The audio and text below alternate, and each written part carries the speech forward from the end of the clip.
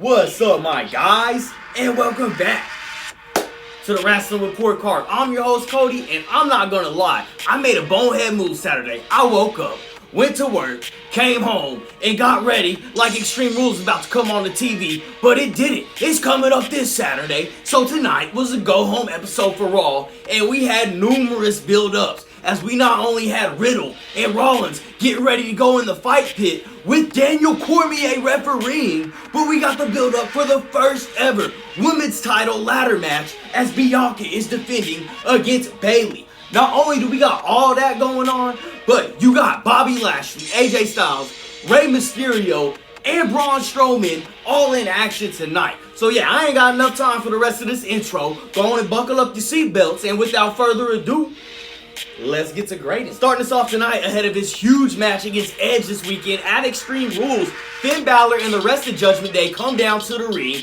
and big shocker here, they took a shot at Edge's injured neck. Like, come on, my guy, get some new material. They did pass the mic on to Dom Mysterio, who claims, one, that Rey Mysterio isn't his dad, and two, that he hates him. That Jezebel? Yeah, I called him a Jezebel, because he's... never mind. Before Finn could turn his attention to AJ Styles, out he comes down to the ring with Rey Mysterio, and they had a tag team match against the Judgment Day. But Finn Balor sets the tone early as he hit Rey with the Eddie Guerrero famous Three Amigos suplex. The disrespect. And the Judgment Day's numbers advantage showed the entire match as Rhea Ripley got involved and laid out Rey Mysterio multiple times, which led to Finn hitting the coup de grace on AJ Styles to get the 1-2-3. After the match though, we saw a heated AJ Styles shove Rey Mysterio down, and as Rey was mad and walked off, the Judgment Day took advantage yet again and attacked AJ 4-on-1. Now, this match wasn't bad, but I'm going to give it a C+. A lot of the action took place during the 2 commercial breaks that happened. However, if this leads to Finn beating Edge this weekend, then bravo. I mean, great booking, because you have to take the guy seriously after beating Edge and AJ Styles in the same week. We then go from this, and we set up 2 matches for later on in the night. First, we got Bobby Lashley taking on Mustafa Ali, and then after an entertaining segment between the Bloodline and the Street Profits, we set up Solo Sikoa taking on Angelo Dawkins. And we don't have to wait long tonight, because up next, it's Mustafa taking on Bobby Lashley. And I tell you what, this sumbitch right here was a slobber knocker. I mean, at one point, Ali did a 450 splash right on top of Bobby Lashley's extended arm. It looked nasty.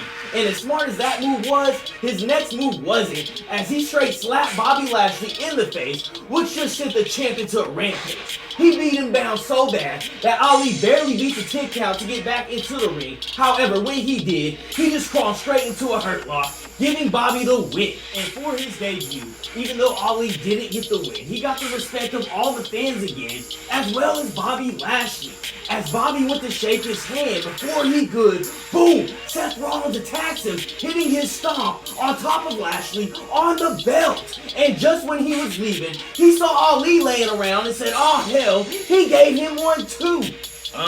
Just like a mic check. I'm gonna give that a B+. I thought that was a great return for Ali, and with Seth attacking at the end, all I'm gonna say about that is anytime we make the US title main event worthy, I'm here for it, my guy. No time to waste though, cause next up, we go straight into the face-to-face between Seth Rollins and Matt Riddle ahead of their match at Extreme Rules. And they're fighting in the fight pit, and we find out that none other than UFC two-belt holding champ Daniel Cormier will be the referee in the fight pit. Now, in the fight pit, there are no rules, no ropes, just a steel cage, no escapes, no pinfalls. You only win by submission or knockout. One thing to note about tonight is that there is a no contact clause between the 2 competitors, so neither one can touch each other, and both were pushing the buttons. As Seth brought up Riddle's kids yet again. I mean, he even brought up his child support. This guy is a savage.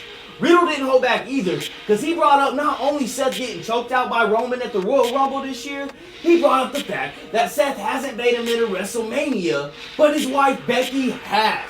I mean, it's getting spicy, and just as they are, here comes Daniel Cormier, appears on the big screen, and he has the OSU shirt on, baby. As you see, I got on too. He set the record straight and got these boys ready to go on Saturday. Yes, sir. I'm going to give that an A-. I thought this was great. Like, I love how both these guys let this get that personal. Now, I'm not the biggest fan on rematches and back-to-back pay-per-views. Oh, wait, can we call them that again?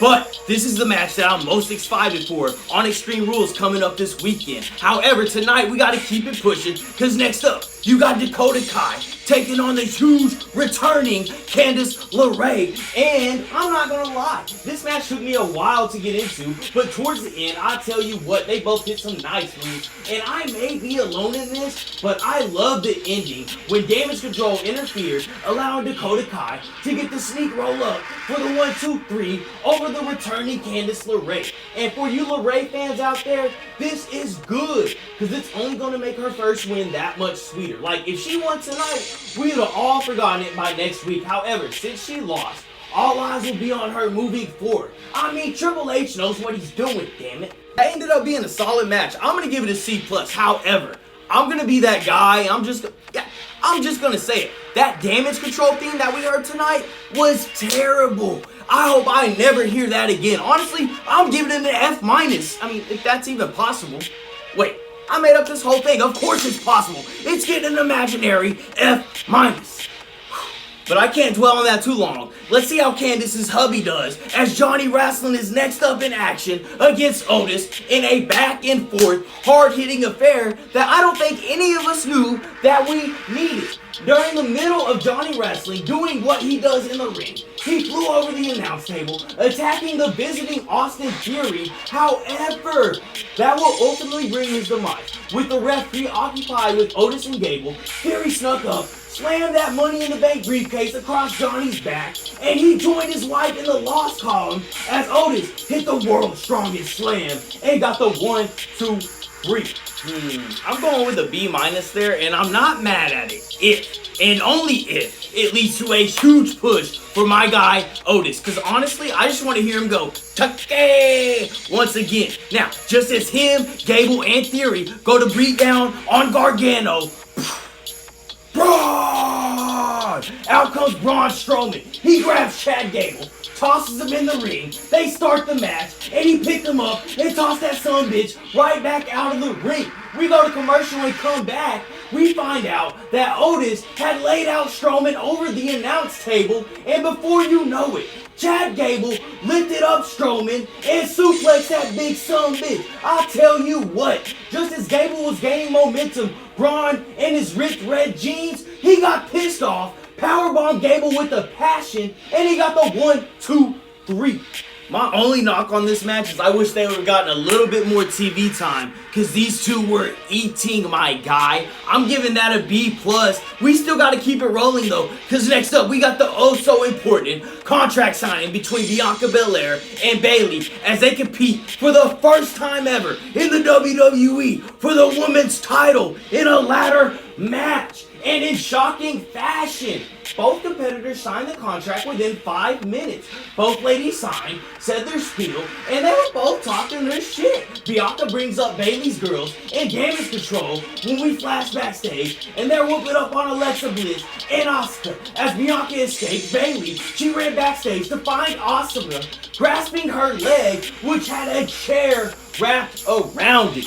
Man, I'm going to give that a B+. I thought that was a great segment. And again, Triple H is shining in these women's segment as both Bianca and Bayley sounded very comfortable on the mic. And we love to see that, my guy. We also love Solo Sikoa taking on Angelo Dawkins. Not only was this match great, but so was that blue turtleneck that Tez was rocking ringside. Plus, the Sami Zayn Jey Uso drama continues. After a promising start from Dawkins, the power of Solo was on full display. However, when he landed his super kick, the ref wasn't there to make the count as he was dealing with Zayn and Jey Uso drama ringside. This led to Dawkins laying out both the Usos and Sami Zayn. All that led to, however, was the opening for Sikoa to hit the spinning solo and get the 1-2-3. just another great match tonight. And if you don't see that Sami Zayn is money as the honorary Uso, I don't know what to tell you, my guy. I'm giving that a B+. And I got 2 bold predictions coming out of that. Number 1, Jey Uso will turn face before Sami Zayn. And number 2, Montez Ford, that's right, Blue Turtleneck Tez, is going to turn heel on Dawkins. But hey, that's enough time for the talk. Because it's time for the main event.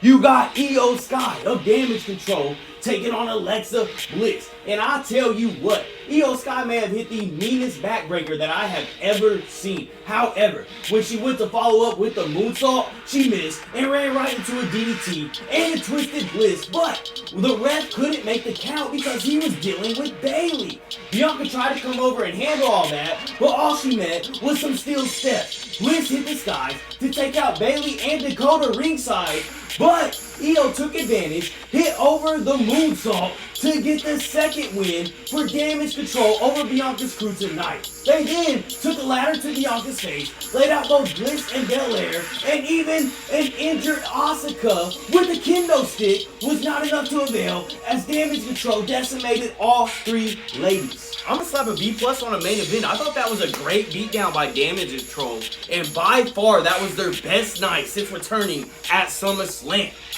Woo! Jeez, why did I wear a beanie this whole episode? But hey, we got all the grades in. Now, let's take a look at the report card. After tallying everything up, we came out with a final letter grade of a B. That's right, an 86%. Y'all wasn't gonna tell me my hair was sticking up after taking that beanie off? Hey, y'all dirty for that. Once again, though, I do appreciate everybody that does tune in. I'm your host, Cody. If you haven't already, like, comment, subscribe, all that. If not, I'm still rocking with you either way. Other than that, I hope everybody stays safe and have a nice day.